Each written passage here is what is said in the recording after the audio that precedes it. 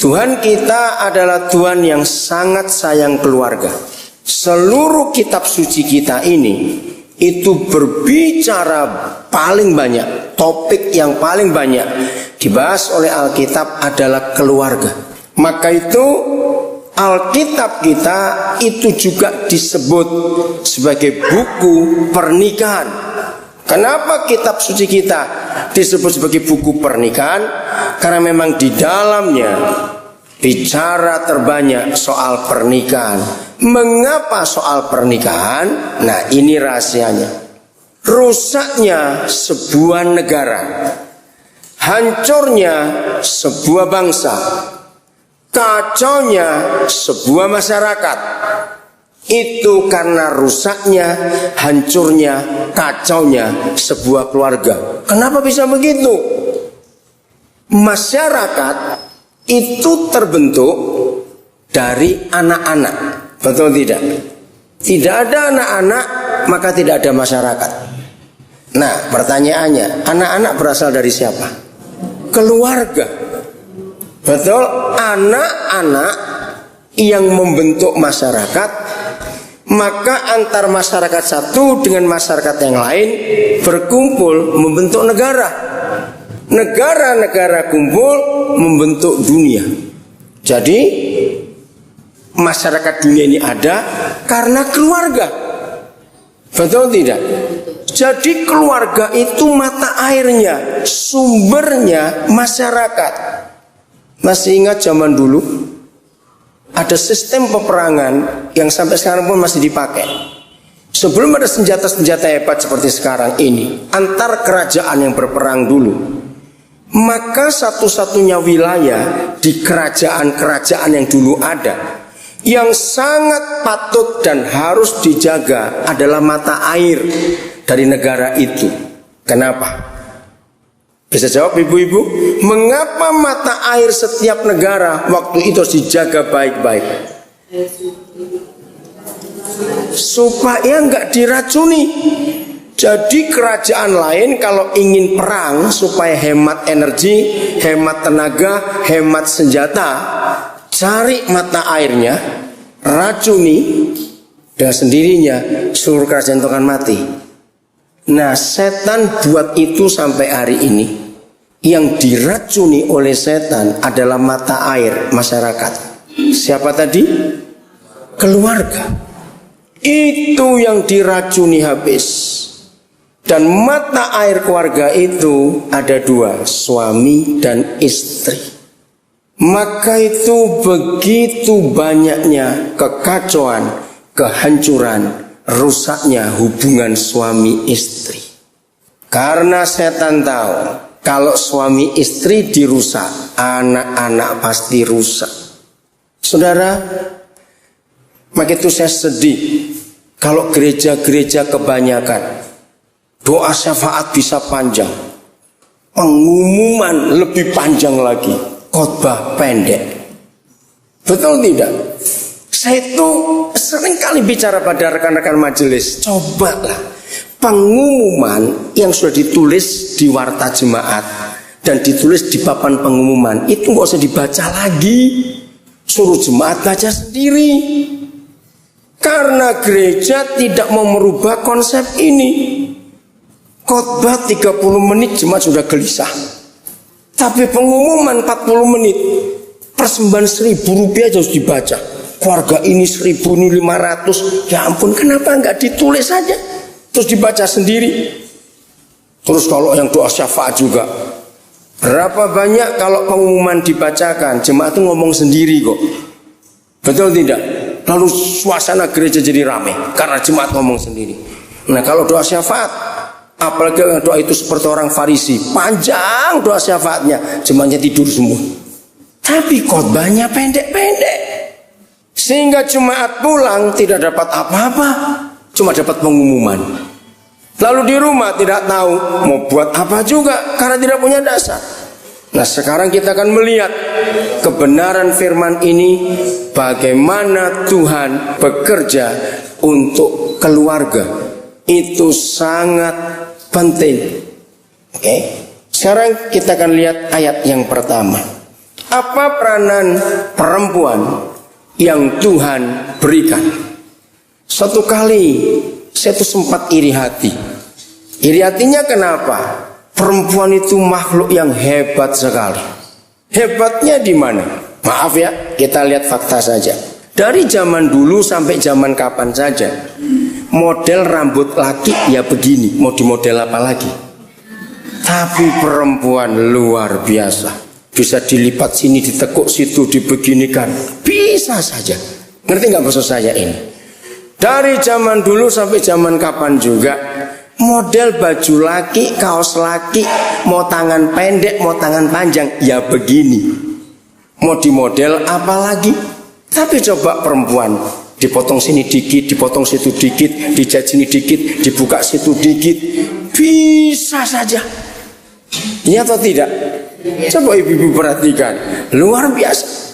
Dari zaman dulu sampai kapanpun juga, model sepatu laki-laki ya begitu. Tapi perempuan luar biasa.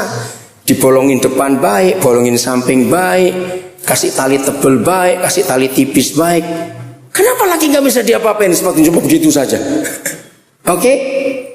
Lihat perempuan, diberi aksesoris apa saja bisa digantungin. Kupingnya bisa, lehernya bisa, tak jarinya bisa, tangannya bisa. Laki mau digantungin apa? Ngerti maksud saya ini ibu-ibu? Nah di sini kita melihat betapa hebatnya Tuhan itu ciptakan perempuan. Bisa diapakan saja. Kalau laki nggak bisa sebegini saja. Kalau sampai laki diapa-apain lebih lucu dia nanti jadinya. Oke, setuju akan hal ini? Nah, tapi ada satu hal yang paling berbahaya. Kita akan melihat fakta nanti ini. Maaf, mengapa setan lebih gampang mempengaruhi perempuan daripada laki-laki? Nah, ini kita akan cari nanti sebabnya.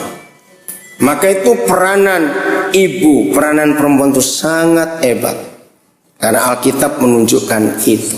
Kejadian pasal yang keempat, kita akan melihat betapa hebatnya seorang perempuan itu yang Tuhan berikan. Oke. Kejadian 4 ayat yang ke-20. Ada itu nama orang, ya. Ada itu melahirkan Yabal. Walaupun ada itu laki, tapi maksudnya istri yang melahirkan. Dialah yang menjadi bapak atau asal usul atau penemu. Itu kata bapak di situ ya. Agak sulit dimengerti, tapi saya kira kita ngerti maksudnya. Ada itu nama orang, salah satu cucu Adam melahirkan Yabal. Dialah yang menjadi bapak, menjadi penemu, menjadi orang pertama di dunia yang diam dalam kemah dan memelihara ternak. Nah, saya baca dulu 3 orang ini. Nama adiknya ialah Yubal. Dialah yang menjadi bapak. Lagi sekali disebut adiknya. Jadi ada bersama istrinya punya 2 anak. Anak yang kedua namanya Yubal. Dialah yang menjadi bapak semua orang yang memainkan kecapi dan suling. Inilah bapak dari semua musik dan alat musik dunia. Nomor 3, ini yang lain, istri yang lain. Oke, namanya Zila. Juga melahirkan anak, yakni Tubal Kain. Siapa dia? Bapak atau penemu atau orang pertama di dunia, bapak semua tukang tembaga dan tukang besi. Saudara lihat, 2 perempuan pertama di dunia namanya Ada dan Zila itu punya 3 anak. Dan anak-anak 3 ini menjadi orang-orang pertama di dunia. Kalau ini diuraikan dari 3 orang ini saja. 1, Yabal, bapaknya atau penemunya perumahan, sistem perumahan yang ada di dunia ini. Kalau tidak ada Yabal, nggak ada perumahan sampai sehebat sekarang. Anak keduanya Yubal. Itu pemain musik, pembuat alat musik yang pertama di dunia. Maka muncullah dunia hiburan, musik yang ada sampai hari ini. Yang ketiga, dari perempuan lain, istri yang lain, namanya Sila. Ini bicara teknologi, mengenai logam, mengenai besi, dan macam-macam lagi, tembaga.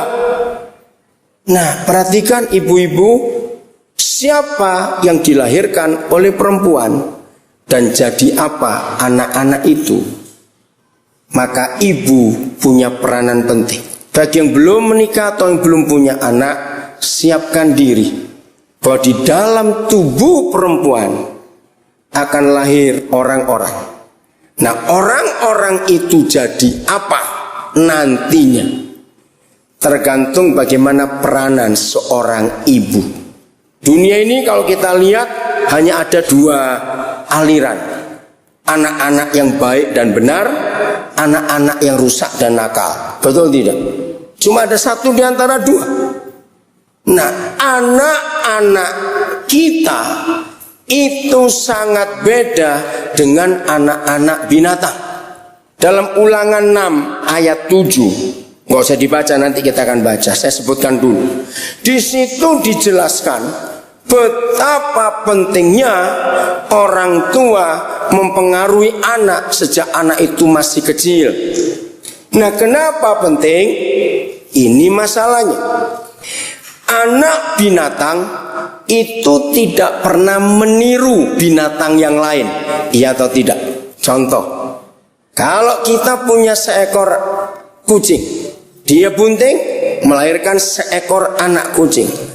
Begitu kucing itu lahir, induknya mati. Tapi di seluruh daerah rumah kita tidak pernah ada kucing. Ini misalnya saja, nggak ada satupun kucing. Tapi di seluruh daerah rumah kita tinggal itu peternakan sapi misalnya. Jadi ada ribuan sapi di sekitar rumah kita. Pertanyaannya, seekor anak kucing yang sejak lahir sampai dia dewasa tidak pernah ketemu kucing lain, tapi kumpul sapi sejak dia lahir, ribuan sapi, dia tetap kucing atau jadi sapi? Masa satu lawan ribuan gak terpengaruh? Betul. Dan itu dia, semua binatang tidak pernah terpengaruh oleh binatang yang lain, sama sekali tidak pernah. Tapi anak orang sangat tergantung lingkungannya. Betul tidak? Saya beri contoh. Kalau ibu-ibu punya teman pejabat, ngomong aja orang kedutaan, tugasnya pindah-pindah. Anak pertama lahir waktu mereka keluarga tugas di Amerika misalnya. Anak kedua lahir waktu mereka tugas di Australia. Anak ketiga lahir waktu mereka tugas di Eropa. Ini contoh. Ketiga anak ini sifatnya sama atau tidak? Dari bapak yang satu dan dari mama yang satu. Sama tidak? Tidak. Tergantung lingkungannya. Walaupun satu bapaknya dan satu ibunya, di mana mereka bertumbuh, di lingkungan apa, anak itu akan terpengaruh. Mau lihat silakan 1 Korintus 15 ayat 33. Begini firman Tuhan, jangan kamu sesat, jangan kamu ngawur. Pergaulan yang buruk merusak kebiasaan yang baik. 1 Korintus 15 ayat 33. Nah, firman itu tidak pernah kena kepada binatang. Sebab binatang gak bisa tercampur, mau dikumpulkan oleh siapa saja. Tapi anak orang sangat terpengaruh dengan lingkungannya. Nah, lingkungan pertama yang dimiliki oleh anak-anak itu siapa? Ibunya, bukan bapaknya. Sebab sampai umur kira-kira 5 tahun setelah anak itu bisa sekolah, baru lepas dari ibunya. Bayangkan dari umur 0 dia lahir. Kalau kita nggak hitung sejak di kandungan, anak itu harus dekat dengan mamanya. Itu pengaruhnya luar biasa. Nah, saya mempelajari ini penting sekali. Saya tanya dulu supaya kita tahu. Sifat yang dimiliki oleh anak-anak itu menurun dari orang tuanya atau tidak? Nah, saya heran. Di mana-mana saya tanya, jawabannya selalu salah. Kenapa kita selalu salah? Karena kita nggak pernah nyelidiki. Kita cuma tahu otomatis. Ya otomatis turun dong. Siapa bapaknya, siapa ibunya, yaitu anaknya. Belum tentu. Coba kita periksa. Siapa di antara ibu-ibu ini yang anaknya lebih dari 2? Jadi 3, 4, 5 ya. Lihat kandung ya. Sifat mereka sama atau tidak? Nah, kok nurun tadi bilang? Ternyata sifat atau karakter anak tidak turun semua dari orang tua. Buktinya anak kandung bisa beda. Bahkan anak kembar pun bisa nggak sama. Nah ini pertanyaan saya dari tahun 78. Pertama kali saya mulai memikirkan tentang anak-anak, itu tahun 70-an pertengahan. Lalu pada tahun 78 saya mulai menemukan, kenapa nggak sama? Padahal bapaknya sama, ibunya sama. Kenapa karakternya tidak sama? Dari mana itu? Nah sejak hari itu saya mencari jawaban di Alkitab. Saya bersyukur kepada Roh Kudus. Di dalam semua masalah, kasus, kejadian apa saja yang saya hadapi di dunia ini, saya tidak pernah cari buku-buku lain. Karena saya sangat percaya jawabannya semua ada di Alkitab. Dan ternyata betul, semuanya ada di buku ini. Maka itu ketika saya banyak memberi ceramah tentang apa saja, saya tidak pernah punya buku lain, pustaka lain kecuali Alkitab ini, satu-satunya buku. Dan dia hebat sekali menjawab semua permasalahan. Kok bisa? Bagaimana bapak satu, ibu satu, anaknya lebih dari 2, karakternya beda? Kenapa? Jawabannya, karena emosi, perasaan, pikiran kita akan berbeda-beda di setiap waktu dan kejadian. Misalnya begini, anak pertama dalam kandungan, suasana keluarga, wah harmonis, bahagia. Selama anak dilahirkan sampai anak umur sekian tahun, sama tetap bahagia. Suasana hati ibu itu sejahtera, tenang, bahagia. Maka anak itu akan punya karakter yang sangat sanguinis, ramai sekali, ceria, karena suasana hati ibu. Anak kedua lahir, terjadi masalah, entah apa masalahnya. Si ibu ngalami tekanan. Ketika anak ini dekat dengan ibunya penuh tekanan, anak ini menyerap semua perasaan mama dan dia niru. Beda dengan anak yang pertama. Mungkin dia jadi melankolis anak kedua secara umum ini. Anak ketiga lahir, suasana beda lagi. Mungkin keluarga ini pindah ke tempat lain, tempat yang baru. Sehingga si ibu ini tegang, aduh tempat baru, nggak punya teman seperti yang di sana. Pikirannya khawatir terus. Akan terpengaruh sifat anak ketiga itu. Nah ini secara garis besar saja bagaimana pengaruh ibu. Maka itu kejadian 4 tadi menulis 2 ibu melahirkan 3 anak dan 3-tiganya jadi orang hebat, menjadi bapak, menjadi penemu yang dipakai oleh dunia sampai hari ini. Kita lihat ayat ini, 2 Raja-Raja 21 mulai ayat yang pertama. Manasye berumur 12 tahun pada waktu ia menjadi raja, dan 55 tahun lamanya ia memerintah di Yerusalem. Nama ibunya ialah Hepsiba. Lanjut ayat 19 di pasal yang sama ya. Amon berumur 22 tahun pada waktu ia menjadi raja, dan 2 tahun lamanya ia memerintah di Yerusalem. Nama ibunya ialah Mesulemet binti Harus dari Yotba. Pasal 22 ayat 1. Yosia berumur 8 tahun pada waktu ia menjadi raja, dan 31 tahun lamanya ia memerintah di Yerusalem. Nama ibunya ialah Yedidah binti Adaya dari Beskat. pasal 23 ayat yang ke-31.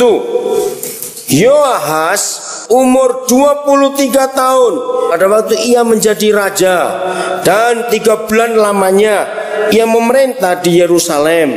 Nama ibunya ialah Hamutal binti Yeremia dari Libna. Ayat 36 pasal 23. Yoyakim berumur 25 tahun pada waktu ia menjadi raja, dan 11 tahun lamanya ia memerintah di Yerusalem. Nama ibunya ialah Sebuda binti Bedaya dari Rumah. Pasal 24 ayat 8. Yoyakin berumur 18 tahun pada waktu ia menjadi raja, dan 3 bulan lamanya ia memerintah di Yerusalem. Nama ibunya ialah Nehusta binti Elnatan dari Yerusalem. Pasal 24 ayat 18. Sedekia berumur 21 tahun pada waktu ia menjadi raja, dan 11 tahun lamanya ia memerintah di Yerusalem. Nama ibunya ialah Mutal binti Yeremia dari Libna. Kita belajar apa dari semua pemimpin-pemimpin ini yang selalu diulang setiap kali nama mereka disebut? Siapa? Ibunya. Barack Obama bisa jadi presiden sehebat ini. Itu seperti persis 2 Timotius 1 ayat 5. Barack Obama itu sampai jadi orang hebat, bahkan beriman kepada Tuhan Yesus, itu karena iman ibunya dan neneknya. Nanti kalau sempat saya cerita soal dia, karena saya kagum pada orang itu. Ibu-ibu nanti baca sendiri di rumah semua kisah raja-raja Yehuda dan raja Israel. Alkitab ini begitu hebat. Mengapa semua pemimpin yang ada di Alkitab ini, berapa lama jadi raja, baik maupun jahat, benar maupun salah, umur berapa mulai memerintah, Papa di surga memberitahukan itu pengaruh ibu sejak anak itu masih kecil. Mungkin sebagian besar di antara ibu-ibu ini sudah nggak mungkin punya anak lagi karena umurnya. Tapi beritahukan anak-anak, kalau nanti cucu lahir, bacakan ayat ini. Pengaruh ibu itu luar biasa. Saya jadi guru sekolah minggu itu 16 tahun. Saya sayang anak-anak. Jadi walaupun saya masih sudah jadi gembala, saya masih ngajar sekolah minggu. Saya nggak mau lepaskan itu, karena saya sayang anak-anak. Karena saya tahu prinsip Alkitab, saya harus ngurus anak-anak. Jadi saya nggak mau lepaskan. Sampai kesibukan sudah terlalu banyak pengembalaan, saya harus lepaskan itu. Kenapa? Karena prinsip ini. Ini penting sekali untuk kita kenali dalam hidup ini. Betapa hebatnya anak-anak itu disiapkan sejak masih kecil untuk mereka akan jadi orang-orang hebat di dunia ini. Jadi pengaruh ibu itu penting. Nah, suatu hari saya belajar tentang Musa. Kalau kita baca kitab Ibrani 11, satu pasal itu baca nanti di rumah. Ibrani 11 itu satu-satunya pasal perjanjian baru yang menulis daftar iman dari mulai Henokh sampai yang perjanjian baru. Ada Henokh, ada Nuh, ada Abraham, ada Musa, banyak lagi termasuk yang perjanjian baru. Nah, yang saya heran, di antara semua tokoh iman yang ada di Alkitab, penulis Ibrani itu menuliskan tentang Musa itu paling banyak ayatnya. Henokh cuma 1 ayat, Abraham cuma 5 ayat, nanti tentang siapa cuma 2 ayat, itu 3 ayat. Tapi tentang Musa kalau nggak salah sampai 7 ayat. Nah, saya kagum. Masih ingat Musa? Umur berapa dia masuk ke istana Firaun? Ayo, ya masih bayi. Umur berapa Alkitab nulis itu? 3 bulan. Betul? Sejak bayi 3 bulan sampai umur 40 tahun baru dia lari. Berarti dari bayi sampai 40 tahun seharusnya Musa sudah murtad. menjadi pengikut sihir-sihir Mesir. Betul tidak? Hidup di situ, makan di situ, sekolah di situ. Dan dituliskan begitu dia lepas susu dari ibunya, dia nggak pulang-pulang lagi. Betul tidak? Dia nggak pulang-pulang lagi. Nah, kira-kira lepas susu itu umur berapa kira-kira? Setahun kira-kira. Nah, itu yang saya mikir. Saya kan guru sekolah minggu. Jadi saya mikir gini, bagaimana Musa dari umur 3 bulan sampai remaja, sampai jadi pemuda, sampai menikah, tidak terpengaruh dengan sihir Mesir, padahal hidup di situ, sekolah di situ. Nah, logika saya, siapa guru sekolah minggunya? Ngerti maksudnya itu? Wah, hebat sekali ini guru sekolah minggunya. Saudara, saya cari, tidak ada ayat yang menolong. Sampai suatu saat masalah Samuel muncul. Masih ingat? Samuel dititipkan ke bait suci di bawah pengawasan seorang imam. Imam siapa yang waktu itu duduk? Imam Eli. Sejak umur berapa? Hana ibunya menitipkan Samuel umur berapa? Sejak lepas susu. Ada ayat begitu. Jadi masih kecil. Nah, yang saya heran, karena saya guru sekolah minggu, waktu itu saya menemukan itu.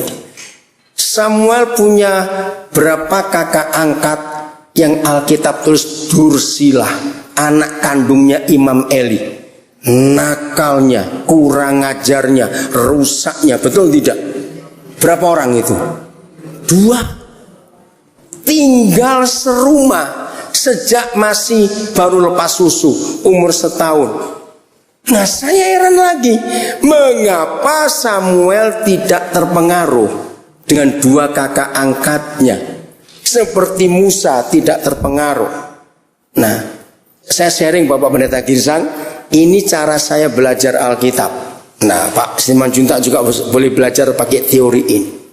Seorang guru saya, dia sudah almarhum, namanya Pendeta Yesaya Sunarso. Dia orang Jawa dari Magelang. Dia itu mengajar saya begini, Alkitab ini akan menerangkan Alkitab itu sendiri. Kalau kamu Daniel baca Alkitab dan ada ayat tidak mengerti, jangan cari dari buku lain. Cari di Alkitab juga, akan ketemu jawabannya. Entah kapan. Nah, itu rahasianya. Ya udah. Jawaban tentang Musa saya belum ketemu. Kasus Samuel muncul, saya lebih bingung. Kenapa 2 anak ini yang dipisahkan dari ibunya sejak masih bayi, tapi tidak terpengaruh kerusakan di lingkungannya? Apa rahasianya? Saya tinggalkan karena saya tidak mengerti. Berapa waktu, berapa tahun kemudian, ketika Roh Kudus menuntun saya untuk belajar kembali tentang Musa dan Samuel, ada kata di dalam hidup Samuel dan hidup Musa. Katanya cuma satu, ibunya menyusui. Ibunya menyusui. Masih ingat ketika Putri Firaun menemukan keranjang yang hanyut, ada bayi? Putri Firaun cari apa? Bukan, siapa bisa nyusui anak ini? Miriam. Dia nggak bohong loh. Dia cuma, kenapa kamu di situ? Kamu tahu nggak? Ada nggak yang bisa nyusui anak ini? Oh, ada, saya tahu. Dia kan nggak bohong. Luar biasa. Nah, lalu saya campur. Saya campuran Jawa.